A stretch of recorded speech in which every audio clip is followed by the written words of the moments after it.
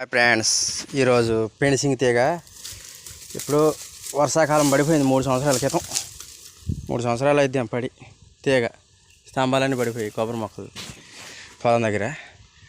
ఈ రోజుకి వచ్చింది టైం. ఇవాళ లేపుతున్నా అంటే ఇవాళ ఖాళీ వచ్చింది. దీనికి తీగ కింద పడి పాడైపోతుందని తీగ చూసారు ఎలా వెలుచుకుని ఉందో. లాగినా రావట్లేదు. చిదవలో చెట్లు వేసాయి. ఫెన్సింగ్ స్తంభాల మీద నమ్మకం లేదు. ఈ ఆల్రెడీ వినాయకపురం వేసుకొచ్చా, కానీ వినాయకపురం నుండి వేసుకొచ్చా 3 సంవత్సరాలు అవుతుంది. ఆల్రెడీ మొత్తం ఎక్కడికి పొట్లు పోయినాయి. అందుకు సీతాఫలం మొక్కలు వేసుకున్నా మొత్తం. అప్పుడు వాటికైనా అతికిచ్చేది నేను తీగ. ఇదే చదవలో చెట్లు ఇవన్నీ గట్టి మీద వేసుకున్నా మొత్తం. ఆదరికి ఇదరికి ఉంటాయి మొత్తం మొక్కలన్నీ.